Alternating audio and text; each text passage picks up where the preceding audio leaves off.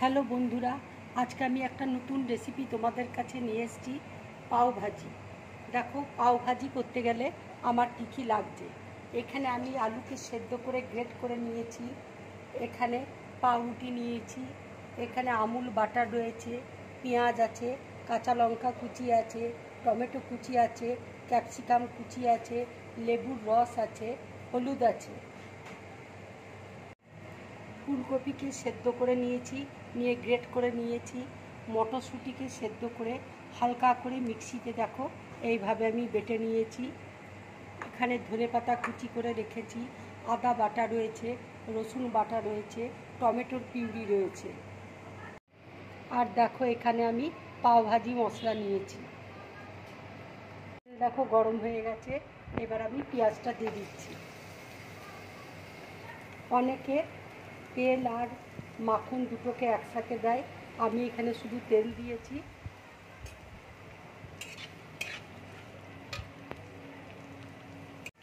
পেঁয়াজটা দেখো আমি লাল করে ভেজে নেব, ভেজে আমি টমেটোটা দেবো। পেঁয়াজটা দেখো ভাজা হয়ে গেছে, এবার আমি টমেটোটা দিয়ে দিচ্ছি।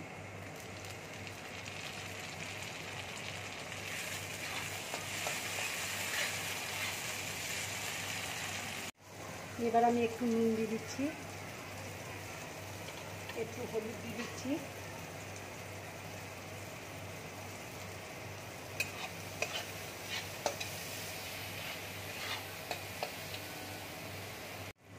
এবার আমি আদা বাটা দিয়ে দিচ্ছি,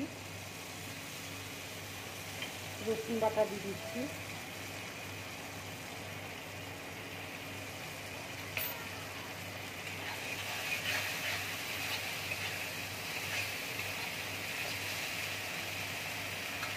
কাঁচা লঙ্কা কুচি দিয়ে দিচ্ছি।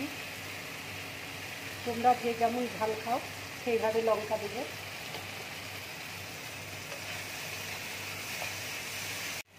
এবার আমি ফুলকপিটা দিয়ে দিচ্ছি,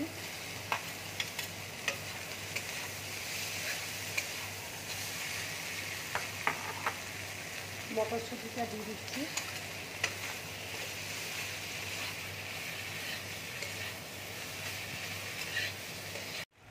এবার আমি ক্যাপসিকামটা দিয়ে দিচ্ছি,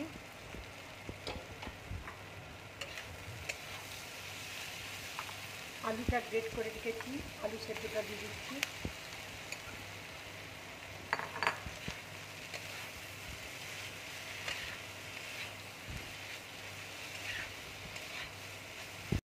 একটু কাশ্মীরি লঙ্কার গুঁড়ো দিচ্ছি, তাতে রঙটা ভালো হবে।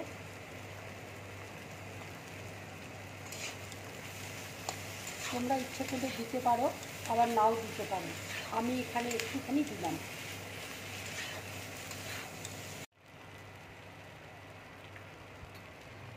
এবার টমেটোর পিউরিটা আমি দিয়ে দিচ্ছি, পাও ভাজি মশলা দিয়ে দিচ্ছি,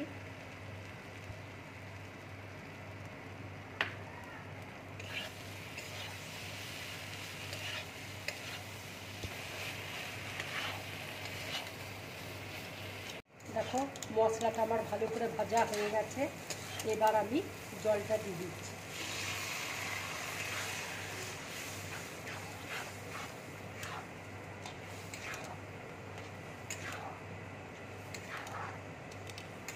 এবার দেখো আমি উপর দিয়ে ধনেপাতা দিয়ে দিচ্ছি,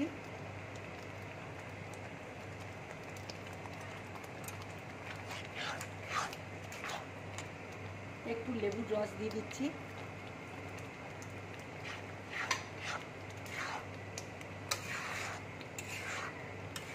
এবার আমি একটু মাখন দিয়ে দিচ্ছি।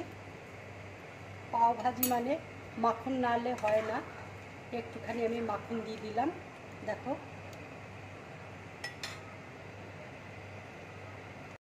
এবার দেখো পাউরুটিগুলো আমি কেটে নিচ্ছি।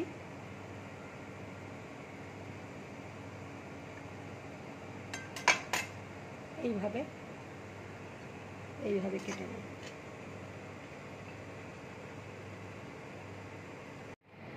দেখো আমি পাউরুটিগুলোকে সব কেটে নিয়েছি এইভাবে। এবার আমি তাওয়ার মধ্যে ফ্রাই প্যানে মাখন দিয়ে দিচ্ছি,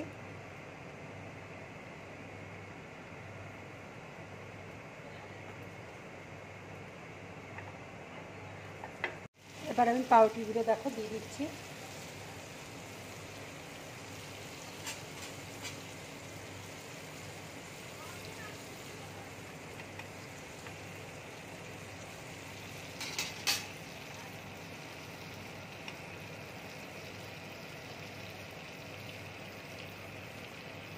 দেখো পাউরুটিগুলো ভাজা হয়ে গেছে মাখনে, এবার আমি প্লেটের মধ্যে তুলে নিচ্ছি।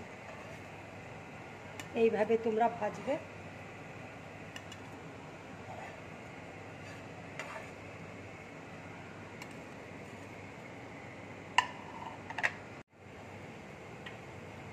পাও ভাজি দেখো আমার রেডি হয়ে গেছে।